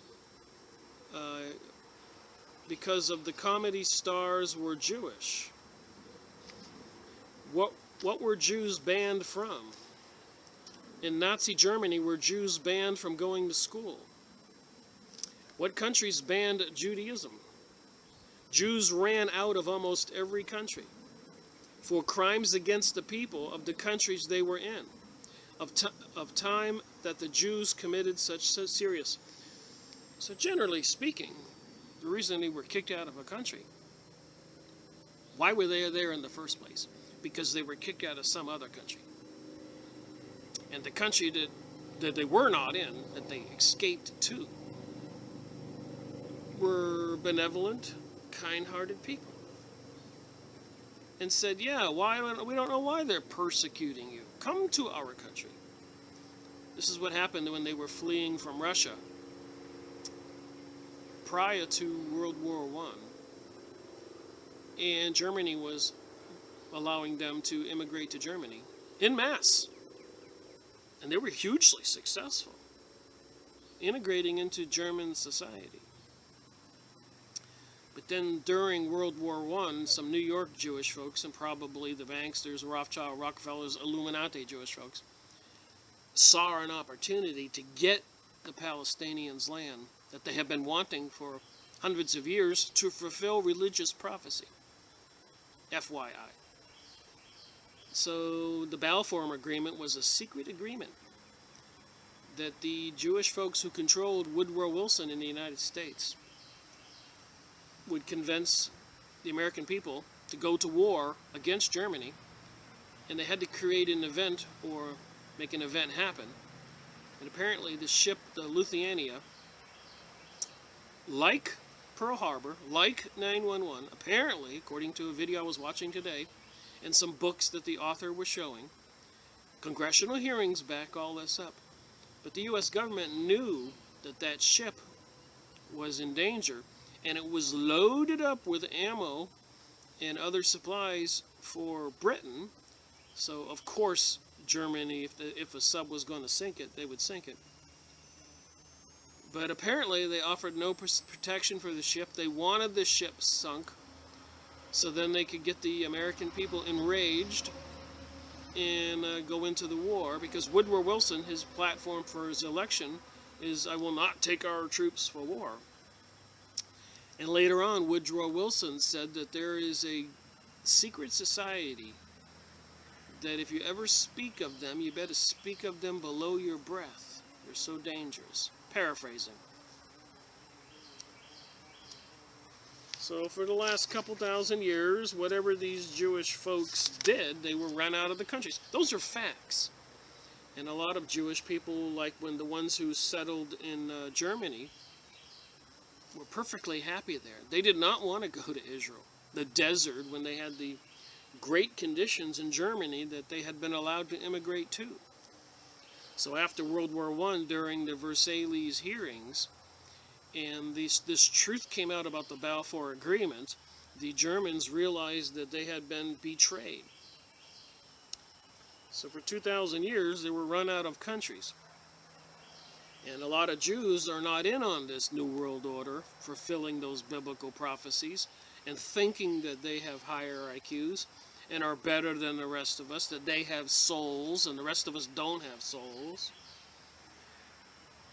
It's quite the conversation. So another thing I looked up was Wiccan Religion Wheel of the Year, and paying particular attention to the witchcraft holidays. So I'm not focused just on Jewish people. I focus on aliens, I focus on Illuminati, Freemasonic groups. I think they're all tied together. I don't think there's 2 or 3 versions of reality. I think there's one version of reality. A lot of secret stuff going on behind the scenes.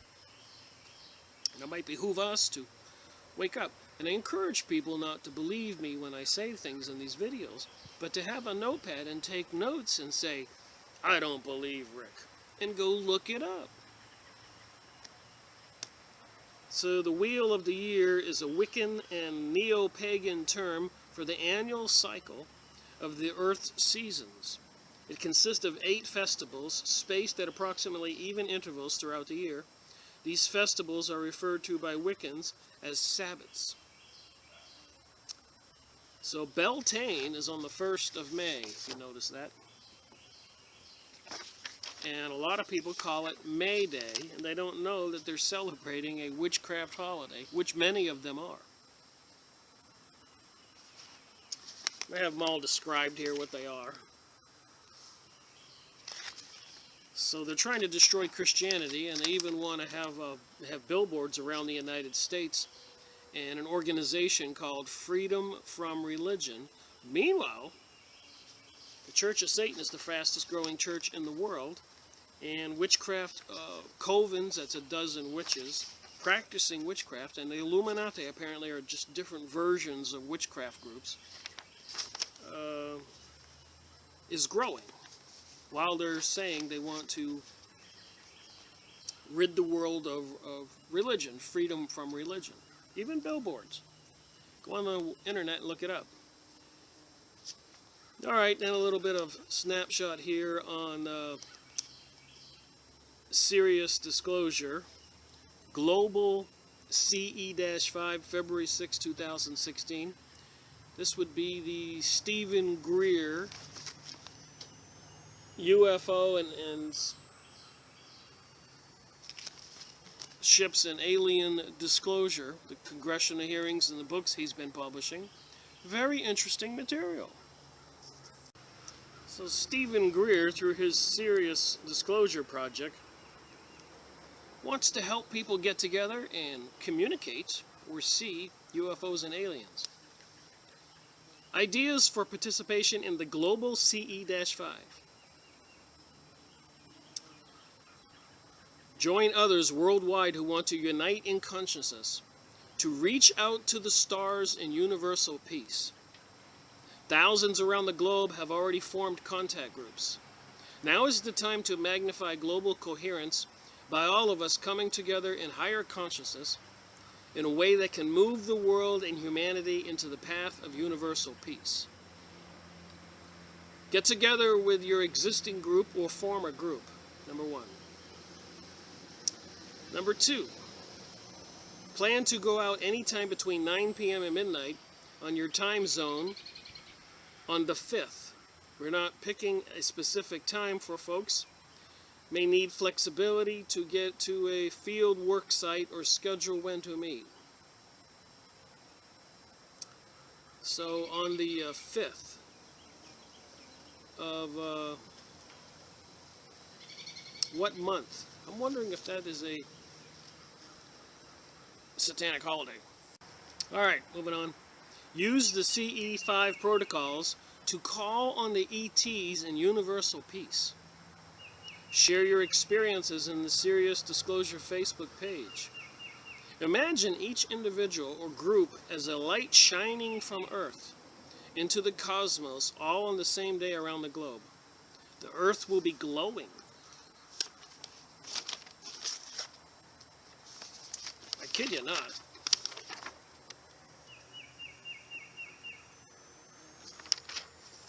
Sounds a little bit New Age to me.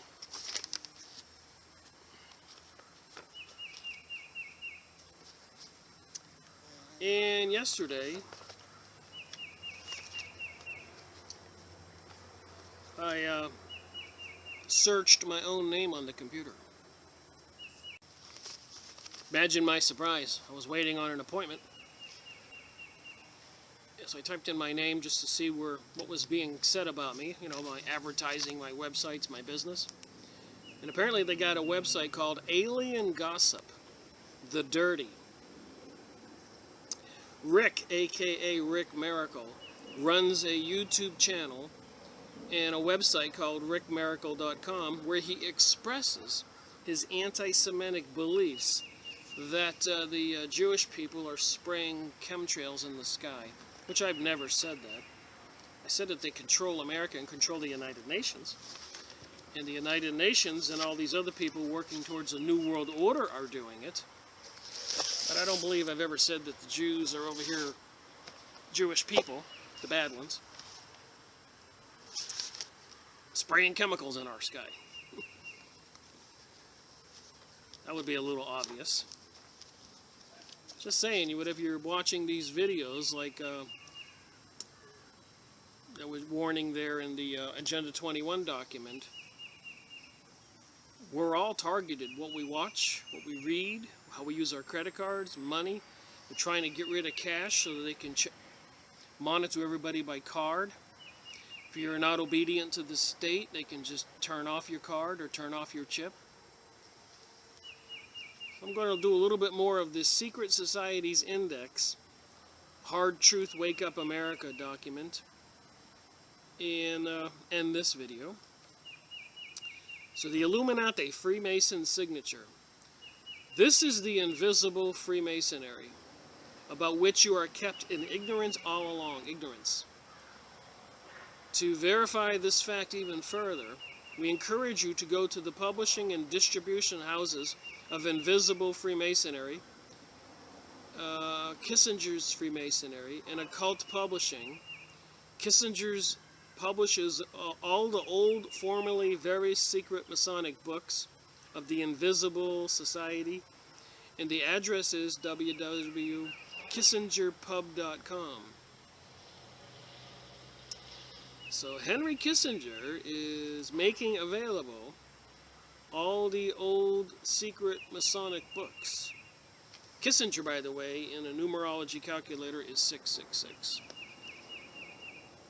So some of the materials would be alchemy, ancient religions, astral body, Satan practice, astrology, forbidden in the Bible, auto-suggestion, mind control, Babylonian, Blavatsky, satanic black magic, practitioners of time, Adolf Hitler, Jewish Holocaust, card reading,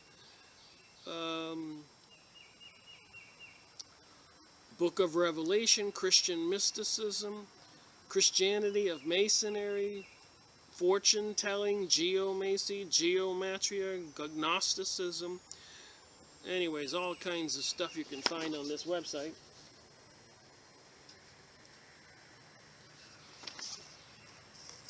All kinds of videos and pages you can look at.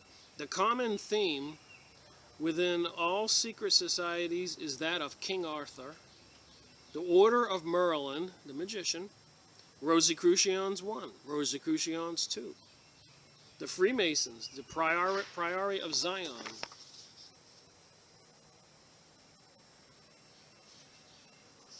You can find all this at this website.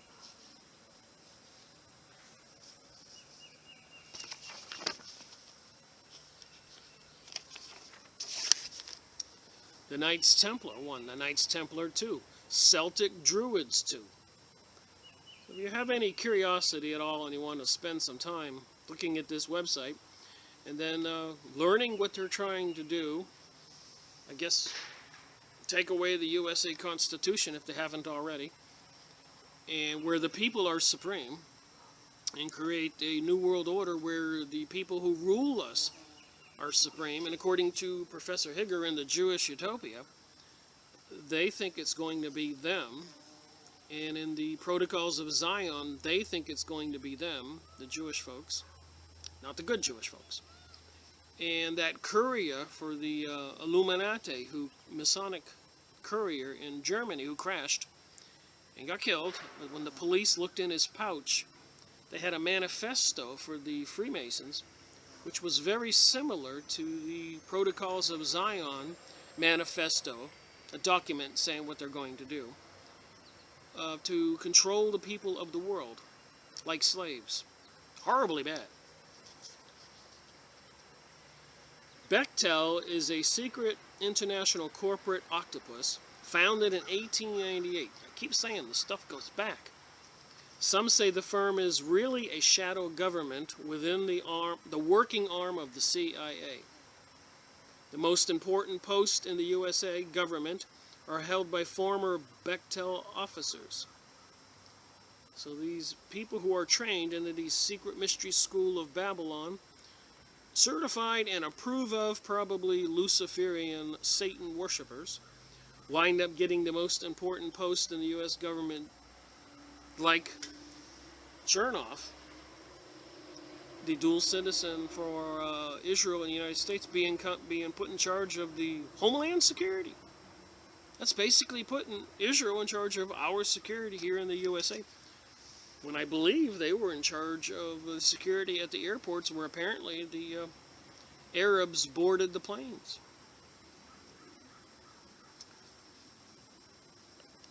Too much proof here for people to ignore it.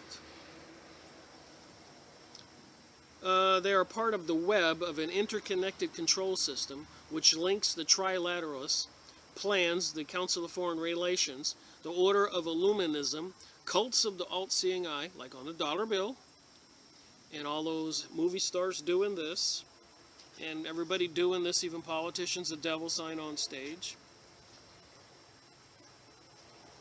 TV programs with the star. Which was interesting as I looked up I noticed when I drive around the country, from Maine to North Carolina, all over, people have a big 5-pointed star on the barn or the house. Look it up. Satanic. Witchcraft. The highly selective German firm Bertelsmann AG and their global media empire includes the Random House, Bantam Doubleday, Dell, and reportedly they are sizable owners of America Online, known as AOL.com. Then you got the Bilderberg Group, 2001 Bilderberg meeting, held on the Swedish island, the Invisible Powerhouse, the Bilderberg Conference, the Bilderberg Meeting 2000, the High Priest of Globalism, stuff that's in this document. B'nai B'rith Anti-Defamation League. The ADL is not an arm of the Jewish community, but it is the arm of a secret society. So the ADL is a secret society, a branch of the Illuminati known as B'nai B'rith, which is controlled by the Scottish Rite of Freemasonry.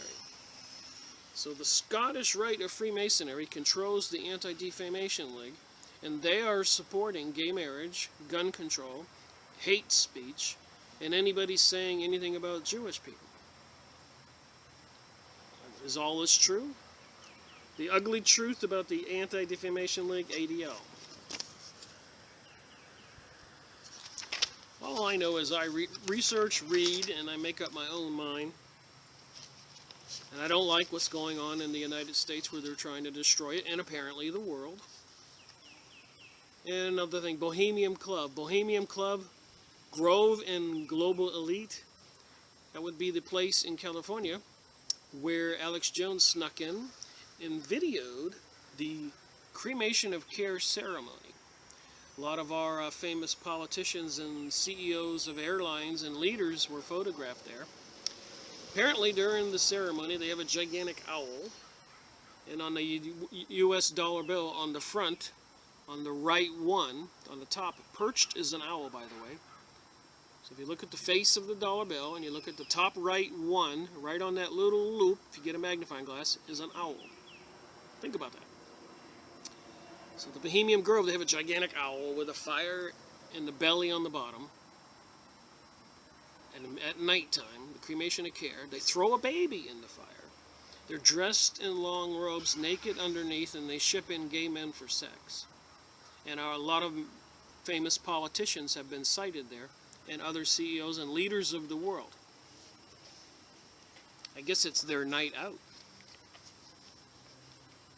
So a lot of stuff on the Bohemian Grove here. Carlyle Group. The Carlyle Group, a Washington, D.C. buyout firm, is one of the largest defense contractors. It has billions of dollars at its disposal and employs a few important people. Frank Carlucci, the former White House budget director, Dick Darman. We're getting warmed up here. William Kennard, who recently headed the FCC. Arthur Levitt, who just left the SEC, also worked for Carlyle, as do former British Prime Minister John Mayer, former Philippines President Fidel Ramos.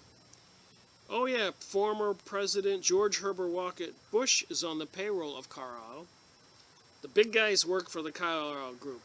Republican-controlled Carlyle Group poses serious ethical questions for President Bush presidents, but Baltimore Sun ignores it. So they control the media. And I got another one here, that's the Carlyle Group. The Church of Jesu. The Church of Jesu, a Society of Jesus, also headquarters of the Knights of Malta. Founded in 1534 by Ignatius Loyola to combat the Reformation and propagate the faith. Reformation being salvation through grace instead of the Catholic Church. The Jesuit general and other high Jesuit generals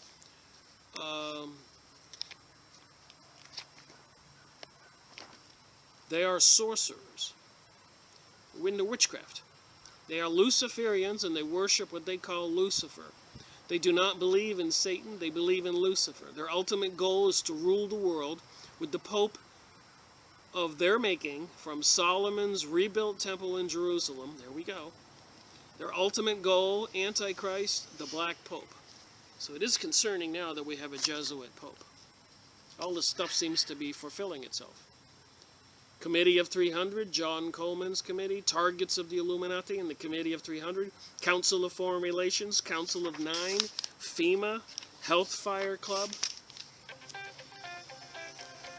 So a lot of this stuff I've been talking about is all in this document. Illuminati and Freemasonry go hand in hand. 33-degree Freemason Albert Pike was the head of the Illuminati in the United States. He was a general for the South during the war between the North and the South.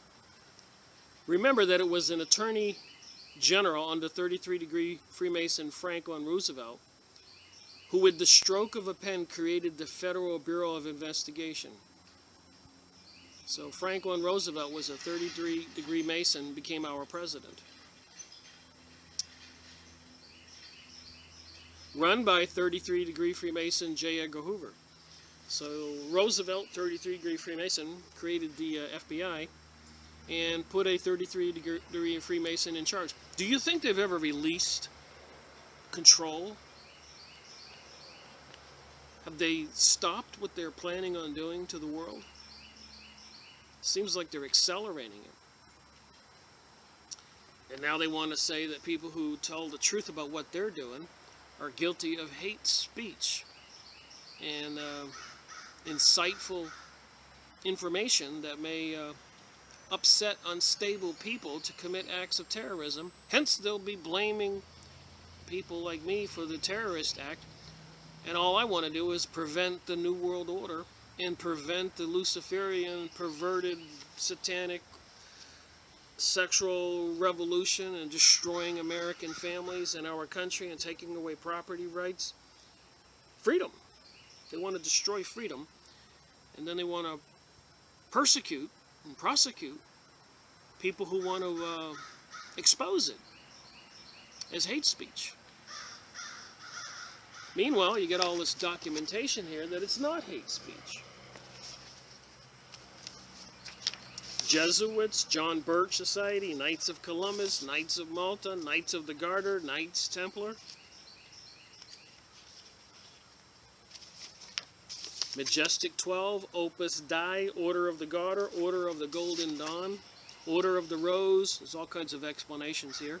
Order Templi Orientis, Pieta de Sion, Rhodes Scholars, Roundtable Groups, Scientology, Skull and Bones, aka Brotherhood of Death. I've been going over that lately.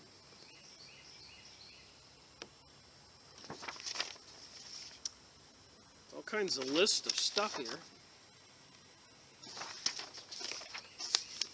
Thule Society, Trilateral Commission, the Wiccans, the witches. More links on secret societies. Assassins, Templars, Vinay Birth, Communists, Freemasonry Network, Grand Lodge of Israel, Grand Lodge of Japan.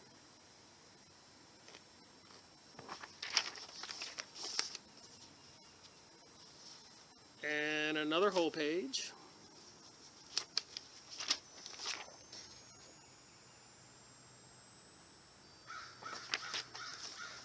And another page.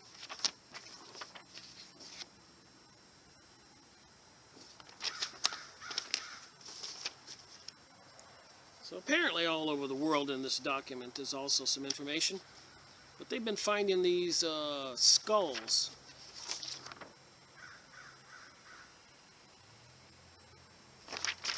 So apparently these skulls are descendants of the gods that they worship. The gods that the Freemasons and the Illuminati worship. If man evolved from monkeys and apes, then why do we still have monkeys and apes?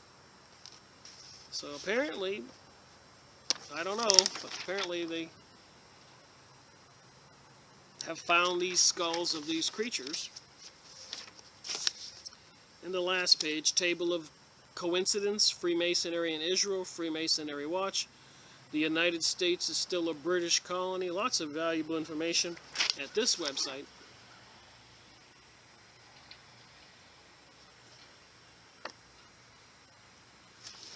So you can look it up and see that a lot of the stuff that I've been talking about and the research I've done over the years, we're starting to see a reoccurring pattern and the truth.